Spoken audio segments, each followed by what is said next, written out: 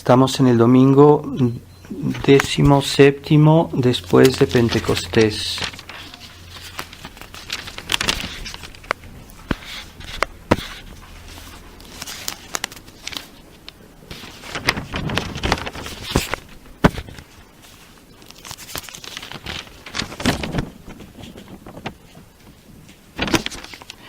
Lectura de la epístola del apóstol San Pablo a los Efesios. Hermanos, yo preso por Cristo, os ruego que viváis cual conviene a la vocación con que fuisteis llamados, con toda humildad y mansedumbre, con longanimidad, sobrellevándoos mutuamente por amor, guardando solícitos la unidad del Espíritu con el vínculo de la paz, un solo cuerpo y un solo Espíritu, como también habéis sido llamados por nuestra vocación a una sola esperanza, un solo Señor, una sola fe, un solo bautismo, un solo Dios y Padre de todos, que está sobre todos y obra por todos y mora en todos nosotros, el cual es bendito por todos los siglos. Amén. Continuación del Santo Evangelio según San Mateo. En aquel tiempo acercáronse a Jesús los fariseos, y uno de ellos, doctor de la ley, le preguntó, para tentarle: Maestro, ¿cuál es el mandamiento principal de la ley? Díjole Jesús: amarás al Señor tu Dios con todo tu corazón y con toda tu alma y con todo tu espíritu. Este es el mayor y primer mandamiento. Y el segundo es semejante a este: amarás a tu prójimo como a ti mismo. En estos dos mandamientos está cifrada toda la ley y los profetas. Estando reunidos los fariseos, preguntóles Jesús: ¿qué os parece del Cristo? ¿De quién es hijo? Dícenle: de David.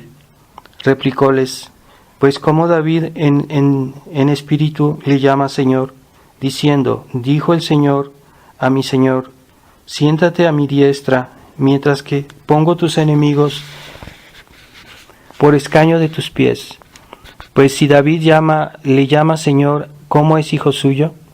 Y ninguno le pudo responder palabra, ni nadie desde aquel día osó dirigirle nuevas preguntas.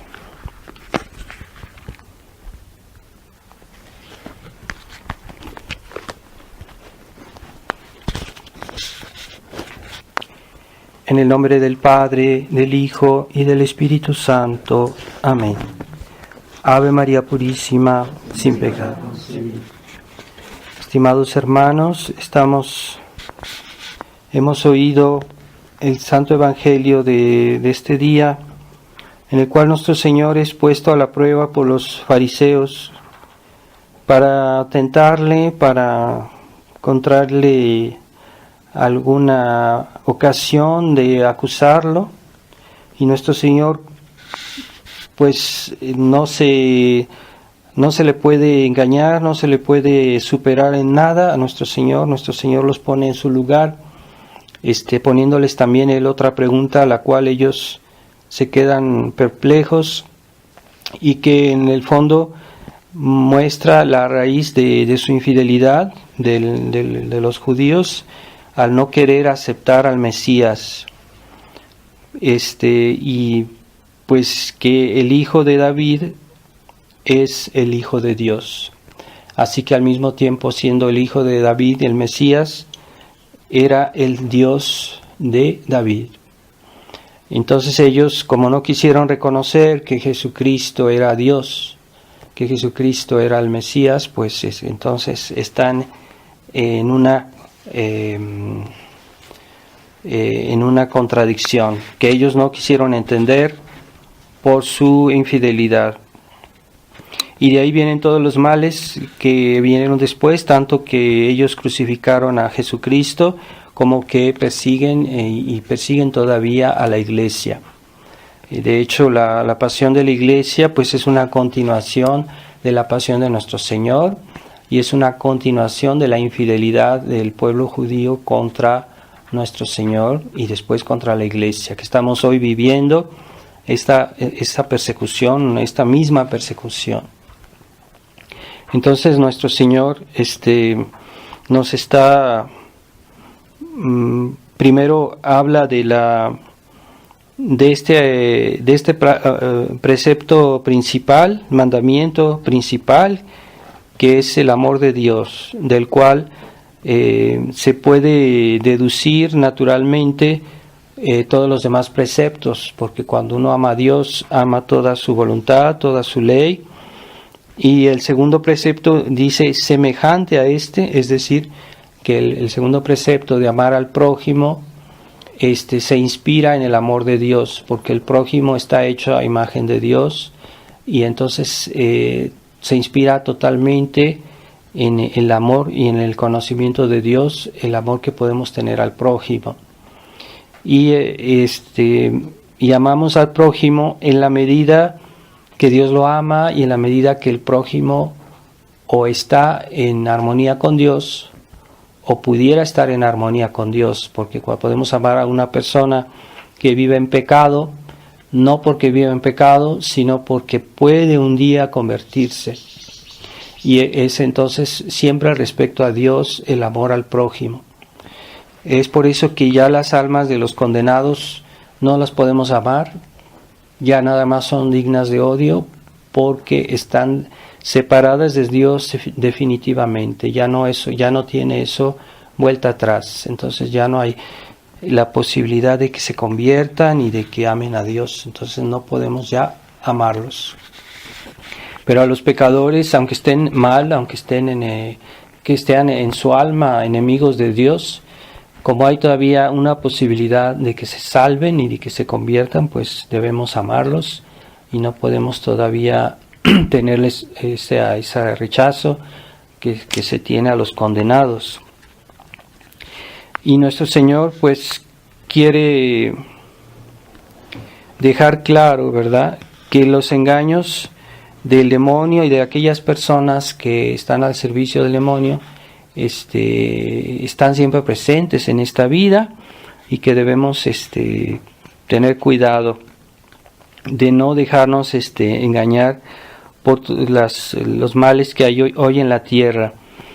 El gran problema es que en esta vida el bien y el mal están muchas veces un poco mezclados, no porque el mal y el bien puedan estar realmente mezclados, sino que en ciertas cosas sí. Entonces, por ejemplo, lo que vemos hoy en la iglesia, de que pueda haber ministros de Dios que estén haciendo un mal trabajo de propagar las doctrinas que no son católicas, las doctrinas que la Iglesia ha condenado, que la Iglesia reprueba, que sean ministros de la Iglesia que difunden eso. Eso es un misterio, hay una mezcla, ¿verdad? Entonces nosotros podemos tener respeto por un ministro de Dios como ministro de Dios, pero no podemos tener respeto si él está difundiendo algo que es falso, algo que es nocivo, o un mal ejemplo o algo así. Entonces eso es lo que desconcierta más a las almas, ¿verdad?, que haya esas mezclas, y se necesita pues una gracia especial de Dios para entender bien lo que está pasando en el mundo ahorita. Así como que en la iglesia haya esa mezcla de la iglesia conciliar y la iglesia y los elementos que quedan de la iglesia tradicional. Esos cargos de la iglesia que están siendo ocupados hoy por modernistas, por personas que son enemigas de la iglesia, que son incluso personas que pertenecen a la masonería y que están ocupando los puestos de la iglesia. Hay ahorita mucha masonería dentro de la iglesia en el Vaticano, y hay muchos, ¿quiénes son? No lo sabemos, pero sí hay muchos cardenales que son masones. Esos, al mismo tiempo que son enemigos de la iglesia, están ocupando cargos de la iglesia. Y la isla contra iglesia esa que siempre luchó contra la iglesia, que estuvo presente a lo largo de los siglos, los enemigos de Dios, que son sobre todo la sinagoga, y la obra de la sinagoga, que es la masonería. Bueno, ellos son la contraiglesia, porque están ahí para pelear contra la iglesia. Pues hoy resulta, es un misterio, que ya la contraiglesia es la que está dirigiendo la iglesia, porque son hombres que son enemigos de la iglesia, que han entrado en la iglesia, que están ocupando los puestos. Y es un castigo de Dios tremendo que Dios haya permitido que las cosas lleguen a este estado, ¿verdad? Entonces, no hay que olvidar que fueron los sacerdotes judíos de la época de nuestro Señor, que fueron los que hicieron que nuestro Señor fuera crucificado. Entonces Dios los castigó porque cuando nuestro Señor hizo su iglesia, entonces ya la sinagoga del Antiguo Testamento, que era de Dios, que Dios la había hecho, pues perdió su vigencia, y el Antiguo Testamento ya no tiene vigor en nuestra época. Es hoy lo que tiene vigor es la Iglesia Católica del Nuevo Testamento. Entonces, pues eso también es un castigo de los pecados de esa época, pero hoy es más grave porque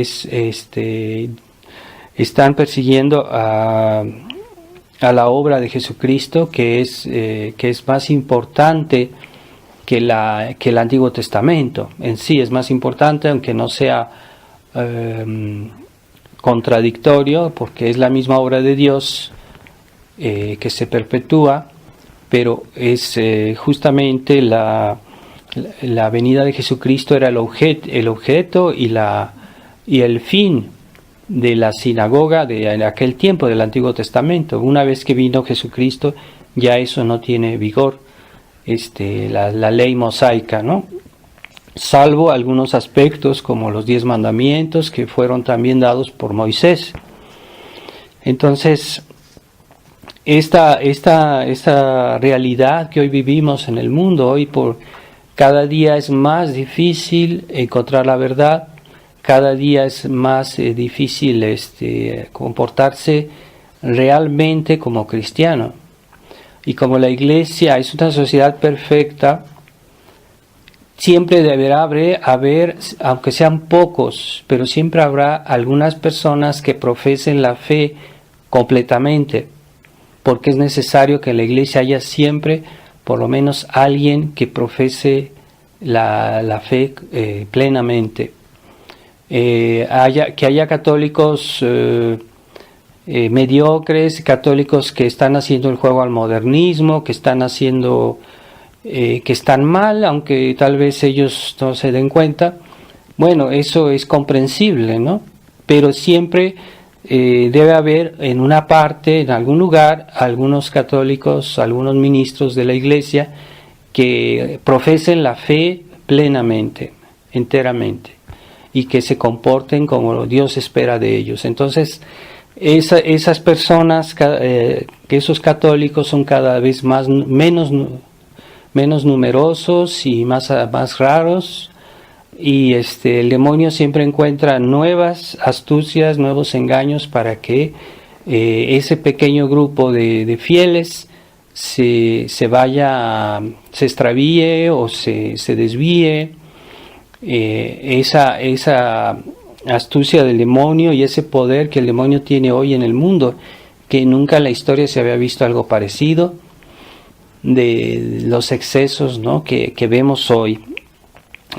O sea, por hoy si hablamos que hay crisis económica, hay crisis política, hay crisis mundial en muchos niveles, peligros de guerra, también hay crisis dentro de la iglesia, porque está tan mal la situación que ya el desorden ha entrado dentro de la estructura de la iglesia, porque la iglesia es una sociedad visible, es una sociedad como una sociedad civil que tiene su estructura, que tiene sus leyes, que tiene sus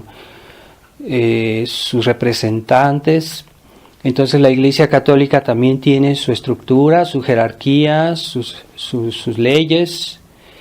Eso es porque la sociedad católica, la Iglesia Católica es una sociedad visible. Nuestro Señor no hizo una sociedad puramente espiritual, carismática. No, la Iglesia es una estructura social visible como cualquier otra sociedad en el mundo, pero esa estructura está siendo ocupada hoy por los enemigos de la Iglesia. Ya francamente oímos cosas enormes. En estos días el Papa Francisco hizo una ceremonia en la cual hacían una especie de, con los indios de la Amazonia, de que hacían una especie de ceremonia con la Madre Tierra, pusieron objetos ahí, él estaba como rezando, había ahí un ídolo o varios, no sé, y él hizo actos de veneración de estas cosas, de estos objetos que parecían actos de culto pagano, indígena, ¿no? Entonces gravísimo todo esto es gravísimo, como nunca, ¿verdad? Y se impone que nosotros salgamos de esta situación. Nosotros los tradicionalistas, como ya lo he dicho muchas veces, somos católicos, no somos cismáticos, no tenemos ánimo de hacer un cisma, pero no podemos estar en la estructura visible de la Iglesia hoy, porque esa estructura está ocupada y está siendo abusada por esas personas. Entonces, estar dentro de esa estructura es peligroso, porque eso nos lleva a aceptar esa mentalidad. Y como la Iglesia pues es una sociedad que se rige por autoridad, no se puede resistir estando dentro, porque como decía Monseñor Lefebvre, son los superiores que hacen a los inferiores, no son los inferiores que hacen a los superiores. Es una ilusión creer que entrar en la Iglesia oficial uno puede hacer más, que uno puede hacer más para que se acabe la crisis de la Iglesia, o que uno puede convertir a los superiores cuando son ellos los que tienen por decirlo así, el sartén por el mango. Y es una ilusión, ¿verdad? Es como decir, yo voy a entrar a un partido izquierdista para convertirlos. No, es que no es la manera. Es más por nuestro ejemplo, por nuestra fidelidad a la verdad, que ellos se pueden convertir, pero no colaborar con algo que está mal. Porque hoy hay muchas cosas en la Iglesia oficial que ellas son francamente malas. Por ejemplo, la nueva misa. La nueva misa, Monseñor Lefebvre decía que la nueva misa es un rito bastardo. Es una expresión muy fuerte.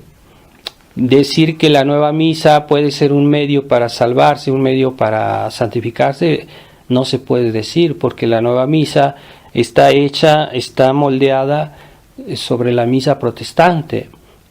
Que haya personas que no lo saben y que van ahí de buena voluntad, pues es un problema personal. Pero en sí, la nueva misa es algo malo. Yo no puedo aconsejar a nadie de ir a la nueva misa. Jamás, ni por ningún motivo. De hecho, a veces nosotros podemos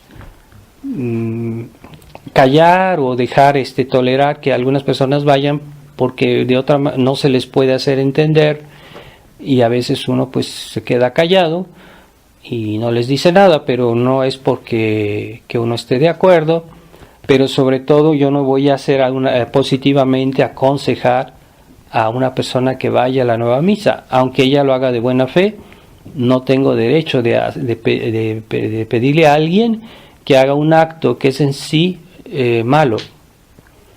No, de ninguna manera yo puedo aconsejar a una persona que haga un acto que es en sí algo malo, en ningún caso, porque si no yo estoy colaborando o instigando a hacer un pecado, una cosa mala. Nunca se podré tener ese derecho.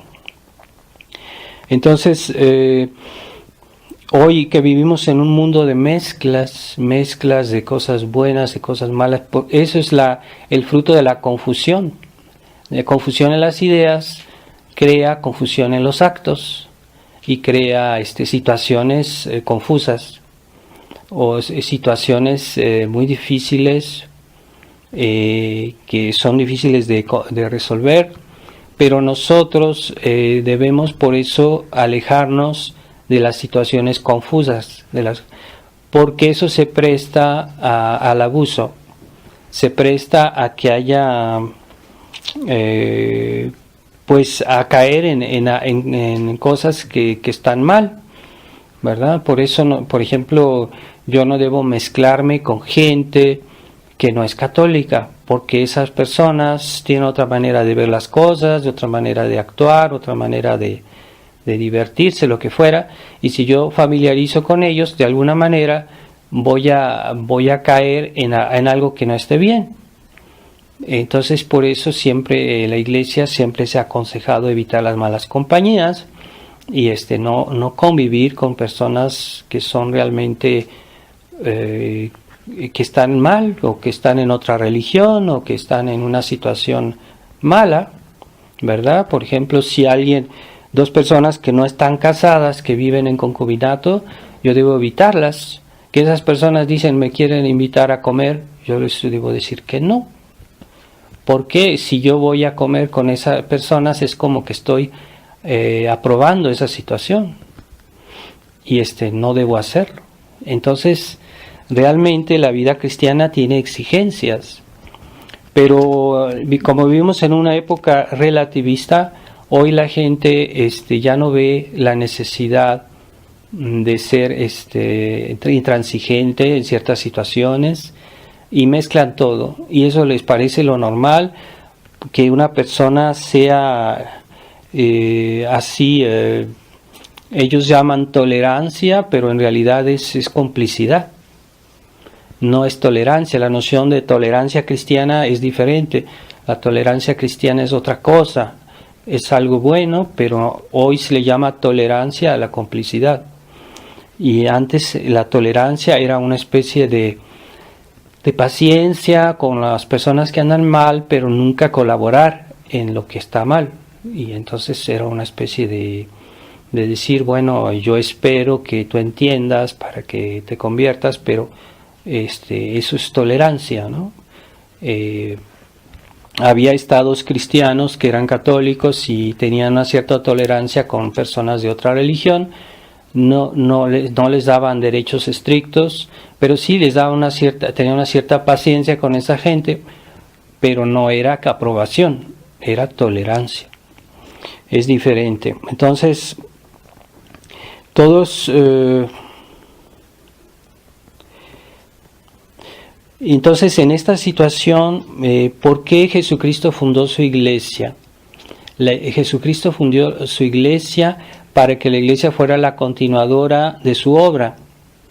Y por eso Jesucristo dio a la iglesia la autoridad, le dio a la iglesia pastores, le dio a la iglesia, por ejemplo, los pastores, los principales pastores en la iglesia son los obispos, ¿no?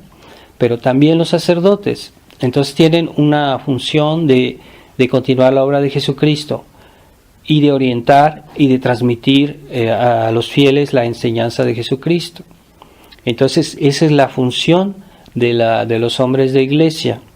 Si no hubiera eso, pues cómo nosotros podíamos orientarnos. Hasta los sacerdotes, hasta los obispos, necesitamos de la enseñanza de los papas, ¿no? De los buenos papas que hicieron su obra como debería ser. No me refiero a los papas modernistas, sino a los papas católicos, los papas auténticos. Esos papas sí los necesitamos, y de hecho hoy en la tradición, si seguimos haciendo algo bueno, siempre es en referencia a la enseñanza anterior de la iglesia, a la enseñanza de los pastores legítimos y buenos de la iglesia, que fueron los papas, todos los papas, hasta a excepción de los papas después del Concilio Vaticano II. pero nosotros estamos muy bien respaldados por una enseñanza de 2000 años, no estamos en el aire, por decirlo así, no somos unas personas originales que han inventado lo que creen. Estamos mucho más respaldados que ellos, porque ellos se fundan en una invención, en una nueva religión. Entonces todos los temas que pueden hacer que las almas peligren, pues es la función de los pastores de enseñar, ¿verdad? De decir, sobre todo que por varias razones, no solo porque los sacerdotes tienen una preparación mucho mejor que los fieles, que estudian la teología, que estudian en el seminario 6, 7 años, pero también la gracia de Estado que les da el sacramento del sacerdocio, que hace que puedan entender mejor entender bien esta doctrina y aplicarla a los casos concretos. Entonces los fieles necesitan buenos pastores. Para eso están, para eso Jesucristo los puso. Jesucristo hizo los pastores para que sean buenos pastores, no mercenarios, no oportunistas.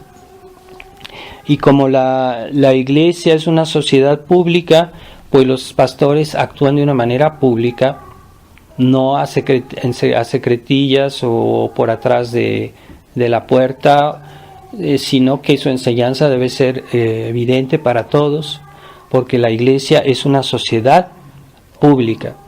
Entonces la profesión pública de la fe es algo necesario en la iglesia.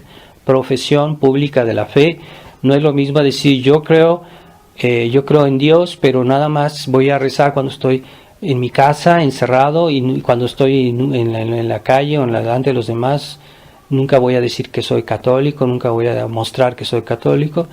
Pues no, la iglesia no es una sociedad secreta, la iglesia es una sociedad pública. Y la doctrina de la iglesia siempre ha sido algo público, no hay doctrinas secretas o alternativas en la iglesia. Entonces la función de los sacerdotes, de los pastores, es de enseñar a los fieles, y eso de un lado es un deber de los pastores, y de otro lado es un derecho de los fieles de que necesitan orientación, ¿verdad? Hay fieles que, por ejemplo, necesitan saber si esto está bien o esto está mal. Tienen derecho a que el sacerdote les explique por qué está bien o por qué está mal. Tienen derecho.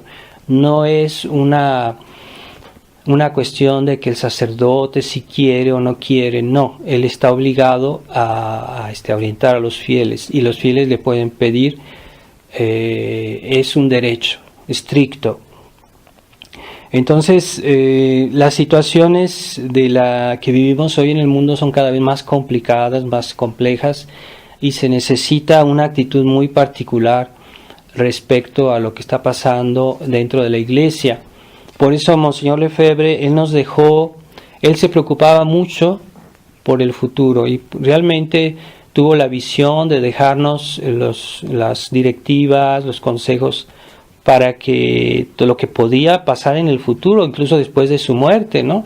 Entonces él nos dejó muy claro lo que deberíamos pensar, lo que debemos hacer respecto a esta crisis de la iglesia, y hasta la fecha sus consejos, sus directivas, pues siguen teniendo mucha vigencia. Algunos detalles puede ser que no, pero en general lo que Monseñor Lefebvre nos dejó, sigue teniendo vigencia. No es que cada sacerdote quiera hacer su cosa particular a su gusto, a su mentalidad, como hacen muchas veces los sedevacantistas, que cada quien tiene su teoría sobre la crisis de la iglesia y cada quien es súper categórico, quiere imponer su pensamiento a los demás, y entre ellos mismos no se entienden. Los sedevacantistas se pelean entre ellos. Entonces, Monseñor Lefebvre nos dejó una actitud a seguir, Por eso es necesario que los sacerdotes sigan recordando eso. Y hay casos en que hay sacerdotes que vemos que no recuerdan lo que Monseñor Lefebvre nos dejó, y eso está mal, porque los fieles necesitan saber muchas cosas, porque eso es para que nos protejamos, para que tomamos en cuenta la gravedad de la situación, y cuando uno ve que hay una situación muy grave, entonces eso lo estimula a decir, bueno, pues yo tengo que tener más cuidado, tengo que rezar más, tengo que protegerme más, tengo que hacer esto, tengo que evitar aquello, y es necesario que estemos informados. Pero si ya hay sacerdotes que optan por un cierto mutismo, están mal, porque están debilitando por omisión la fe de los fieles. Y en cierta manera se está creando una situación equívoca. Entonces, Monseñor Lefebvre, como ya lo he dicho, en todos sus sermones, en todas sus conferencias, nunca omitía de hablar sobre la crisis de la Iglesia, nunca omitía hacer una referencia.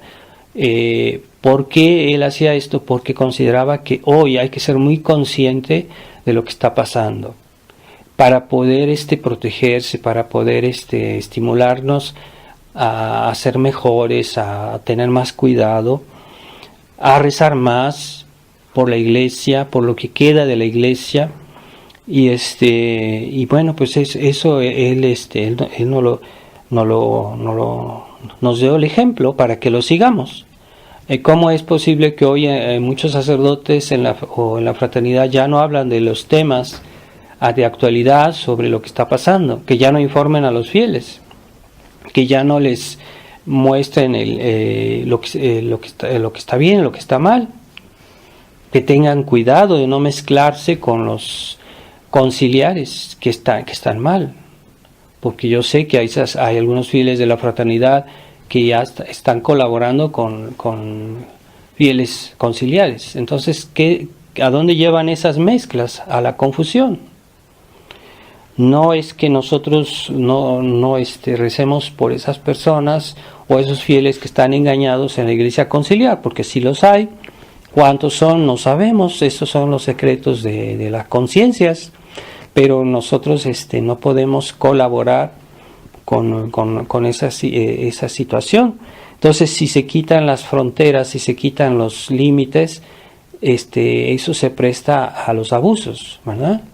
Incluso entre las personas, ¿verdad? Debe haber unos ciertos límites, lo entendemos muy bien cuando conocemos a alguien. Hay ciertas fronteras, hay ciertas cosas que no nos podemos permitir, porque si no se cae en excesos o en abusos.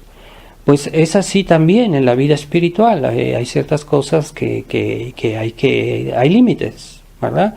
Como hoy se quiere suprimir los límites entre el sacerdote y los fieles.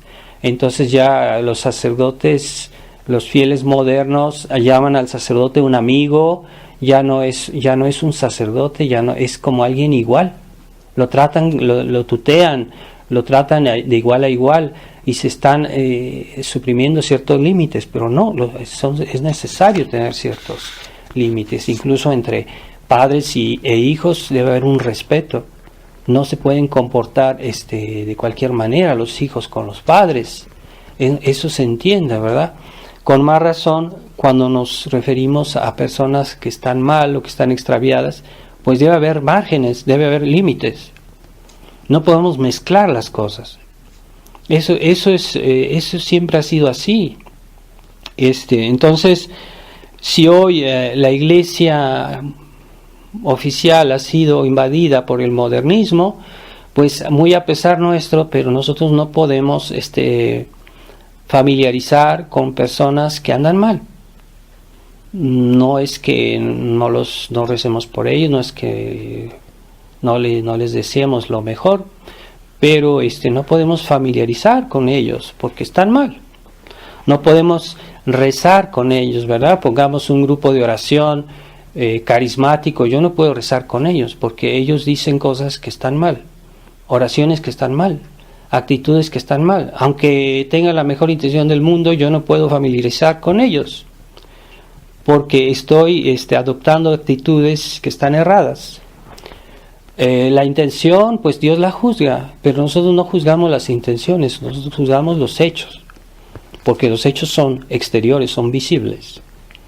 Entonces la iglesia siempre se ha guiado por cuestiones exteriores, visibles. Ya las conciencias, pues Dios las juzgará, pero así que es necesario ciertas distancias. Por eso, ¿qué pasó cuando empezó en la fraternidad a haber personas que empezaron a dudar y a decir, bueno, vamos a hacer acuerdos con Roma? Y hubo varias defecciones en la historia de la fraternidad, muchas veces, de varios grupos de fieles, de sacerdotes, que se salieron de la fraternidad para hacer acuerdos con Roma. Y siempre fue el mismo resultado, que finalmente comenzaron a transigir sobre las cuestiones de doctrina. Siempre fue el mismo resultado. Hasta Monseñor Felé, el padre Smilberger, antes en sus conferencias, en sus sermones, nos daban muchos argumentos, como diciendo, es muy peligroso acercarse a Roma porque Roma está mal y nos quiere hacer que nos sometamos al concilio. Esa es la intención de Roma, la verdadera intención. Entonces, ¿cómo vamos a acercarnos a Roma si nos quieren convertir, por decirlo así? Entonces, ellos nos daban todos los buenos argumentos en ese tiempo. Y esos argumentos que ellos usaban para alejarse de Roma y para que no hacer tratos con Roma ni con nada, son los que hoy curiosamente usan los sacerdotes que están en la resistencia. Son los mismos. Nada más que a Monseñor Felé y al padre Smilberger ya se les olvidó. Pero están diciendo lo contrario de lo que antes decían. Pero se podría hacer una comparación de todo lo que las razones que ellos daban, diciendo no es muy peligroso acercarse a Roma, hacer un acuerdo con Roma, porque eso no. Y desde que ellos comenzaron a familiarizar con los cardenales, cuando hubo la peregrinación en el año 2000 en Roma, entonces empezaron a familiarizar. No habían aceptado nada, no habían negado la misa tradicional, pero el hecho de familiarizar con ellos, eso comenzó a doblegarlos, y fue de ahí donde cada vez gradualmente se deterioró la situación en la fraternidad, al punto que hoy ya llegamos a una situación en que están ya en un acuerdo, de hecho, porque ya tienen las autorizaciones de Roma y ya están colaborando con Roma, hasta tienen permiso de decir misas en las iglesias de la iglesia conciliar. Entonces ya están condicionados, ya no pueden atacar a Roma frontalmente ni decir toda la verdad, porque pues yo no me voy a poner mal con el obispo, para qué vamos a estamos en buenas relaciones, no vamos otra vez a crear problemas. Entonces se callan, se van callando, y eso hace que poco a poco empiezan de nuevo a callar la verdad, y eso los prepara a aceptar situaciones anormales, y de ahí se pasa a otras cosas y finalmente se comienza a flaquear en la doctrina. Es lo que ha pasado, es lo que está pasando. Entonces, ¿por qué Monseñor Lefebvre nos decía a los fieles de la fraternidad que no fueran a las misas de esos sacerdotes que habían salido de la fraternidad y que se habían ido con Roma? Decía, no vayan a esas misas, porque ellos ya están en una dinámica de aceptación del concilio, y es peligroso. No vayan a esas misas, aunque por ejemplo en una ciudad donde no había sacerdotes de la fraternidad, les decía, pues esos fieles no vayan, mejor digan su rosario, mejor quédense sin misa que ir a esas misas. Y porque la razón profunda por la que Monseñor le pedía eso es que ese ambiente no solo era solo la misa, sino también el ambiente, el apostolado de sus sacerdotes, sus conferencias, sus retiros, lo que fuera. Ese ambiente ya condicionaba la mente de los fieles, que los estaba preparando para llevarlos a Roma, a la Roma conciliar. Entonces ese condicionamiento de las mentes era lo más peligroso. No la misa en sí es algo bueno, pero no es que la misa no está sola, hay toda una pastoral que va acompañando la misa. Por eso Monseñor Lefebvre decía, no vayan, porque los van a condicionar y los van a hacer que poco a poco se alejen de la fraternidad y se acerquen al Vaticano, a la Roma conciliar. Entonces, hoy muchos fieles de la fraternidad, muchos fieles de la resistencia, dicen, no, es que la fraternidad todavía no ha hecho acuerdos. Pero no ha hecho acuerdos escritos, no, pero tácitos sí. De hecho ya están, tienen derecho a dar los sacramentos y eso está en independencia de Roma. Entonces pero lo que no se piensa bien es que el condicionamiento de los espíritus de los fieles en la fraternidad ya está, porque ya esa era la razón profunda por la cual Monseñor Lefebvre decía no vayan a las misas del indulto, porque está toda la pastoral, todo el ambiente. Este ambiente condiciona el espíritu de los fieles para que acepten poco a poco el concilio. Pues ese condicionamiento ya existe en la fraternidad San Pío X. Por eso no hay que ir a la fraternidad San Pío X porque ya los están condicionando. Por ejemplo, muy evidente que los sacerdotes ya no hablan de la crisis de la Iglesia en los sermones. Hablan de una espiritualidad, de cosas espirituales, lo que es casi una espiritualidad sentimental, porque no tiene cuenta de la realidad, no tiene cuenta del mundo que nos rodea y están falseando la realidad por una omisión.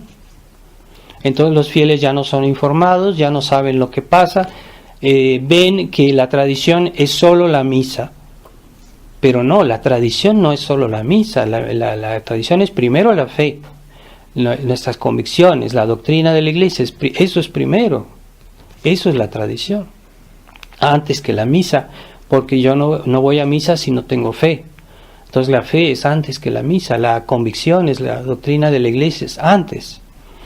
Entonces si ya no les recuerdan eso, entonces los fieles en cierta manera están desarmados, están les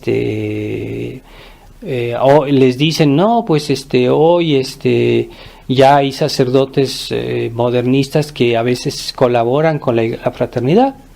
Por ejemplo, en África acabamos de saber que ya un superior de África ya está recibiendo sacerdotes modernistas que van a ver a los fieles de la fraternidad. Pero eso se va a hacer gradualmente, no quiere decir que de un día para otro todos ya van a ser así, pero poco a poco eso es un camino que se va haciendo. Entonces por eso hay que irse alejando de los medios de la fraternidad, porque falsean el espíritu de los fieles, haciéndoles creer que ya la situación no es tan grave, que todo se está mejorando, que Roma se va a convertir así de fácil, ¿no? Y que el Papa Francisco nos quiere a los tradicionalistas y que no hay problema, y sin mostrar que todas las barbaridades que dice el Papa Francisco cada momento, cada día, cosas gravísimas, cosas contra la fe completamente descaradas. Entonces, si ya no ven problema en el Papa Francisco, pues ellos tienen un problema. No podemos ir a esas misas, a esos medios de la fraternidad. Entonces, no podemos, ya la situación de la fraternidad es suficientemente grave como para poder decir a los fieles, no vayan a los medios de la fraternidad. Y entonces yo lo que sí me inquieta es que hoy en los medios de la resistencia, de la dicha resistencia, yo escucho, a mí me dijo alguien de Europa por teléfono que hay muchos fieles de la Resistencia que están regresando a la fraternidad. Y yo lo que sí he sabido es que hay sacerdotes de la Resistencia que admiten que todavía a los fieles de la Resistencia puedan ir a las misas de la fraternidad, lo cual es un error y está haciendo mucho daño. Eso puede diluir la resistencia, puede dividir la resistencia. Entonces hay una presión en la fraternidad. Yo estuve ahí, por eso tuve que salir, porque un ambiente opresivo en el cual se nos quería hacer minimizar la situación, la gravedad de la situación. ¿Por qué se quiere hacer minimizar la gravedad? Eso ya es grave. O sea, negar la gravedad de la situación de la iglesia es algo grave. Entonces, si algunos sacerdotes de la Resistencia dicen a los fieles, puedes seguir yendo a la fraternidad, les están dando un mal consejo. Y están debilitando la resistencia que reaccionó contra esa crisis de la fraternidad. Entonces yo no puedo autorizar eso, yo personalmente no lo puedo autorizar. Y cuando yo salí de la fraternidad hace varios años, algunos fieles me siguieron y estuvieron conmigo, pero a algunos de los fieles yo les decía, no vayan a la fraternidad, ya dejen la fraternidad. Y esos fieles que no querían ser dóciles, entonces decían, no, es que yo vengo aquí, voy allá, pero yo sigo estando de acuerdo con usted, padre. Y así me decían. Y todos esos fieles que querían ir a los dos lugares, todos terminaron en la fraternidad. Porque Dios no bendice esas actitudes dobles. Y de hecho yo experimenté que esas personas que siguieron yendo a la fraternidad se quedaron allá. Al final de cuentas se quedaron allá. Entonces, ¿qué debo concluir? Que es un mal consejo darles a los fieles de la Resistencia de ir yendo a la fraternidad. Y eso lo están haciendo algunos en Europa, algunos fieles en el mundo. Algunos sacerdotes de la Resistencia en el mundo dan esos consejos a los fieles y eso está haciendo mucho daño. Eso lo que puede hacer que la resistencia se degrade, que la resistencia se diluya y eso es una nueva, ¿cómo se dice?, trampa del demonio de que haya esa pusilanimidad que se parece mucho a la pusilanimidad de los sacerdotes cuando comenzó la crisis de la fraternidad San Pío X, pero ahora en los fieles, en los sacerdotes de la Resistencia.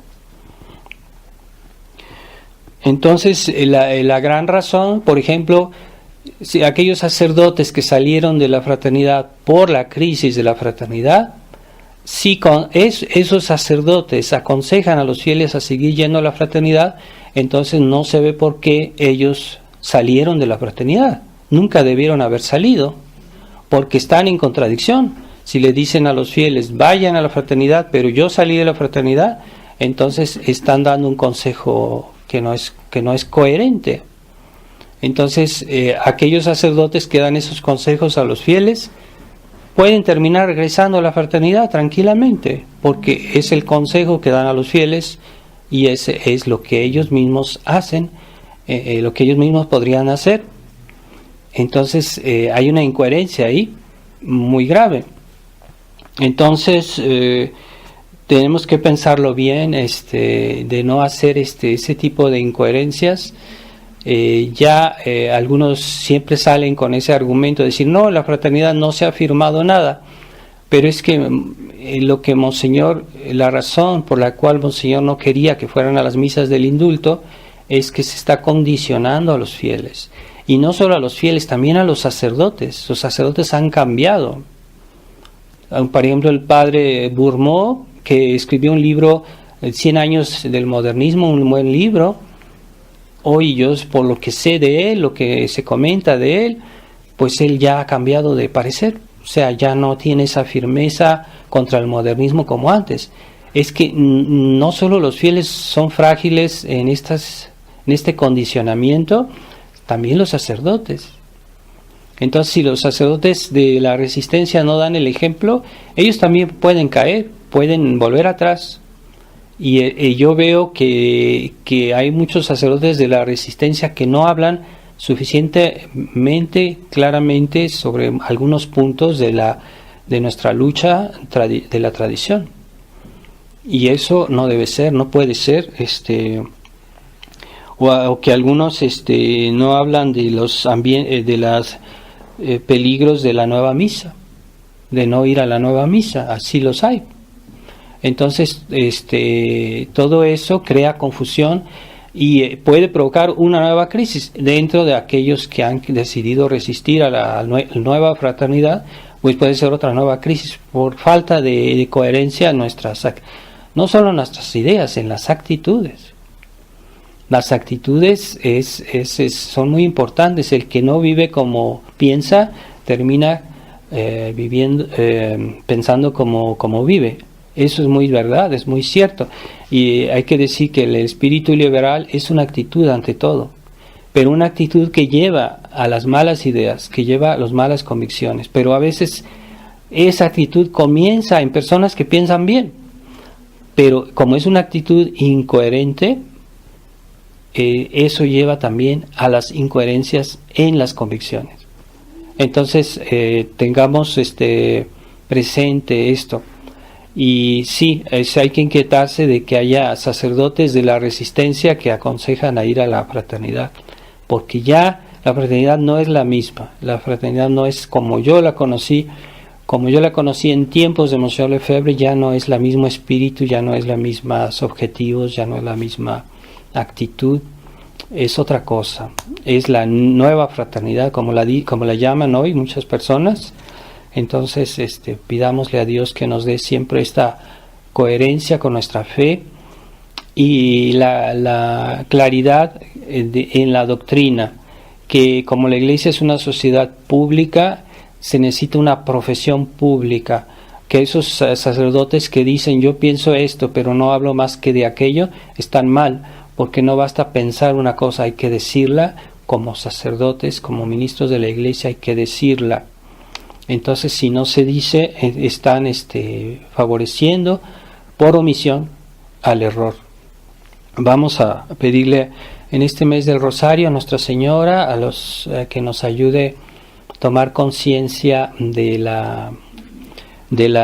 lo que pasa, y que nos dé la fortaleza, que nos dé una fe que no sea teórica, que no sea puramente especulativa, imaginaria. Una fe que tiene raíces en los actos, que tiene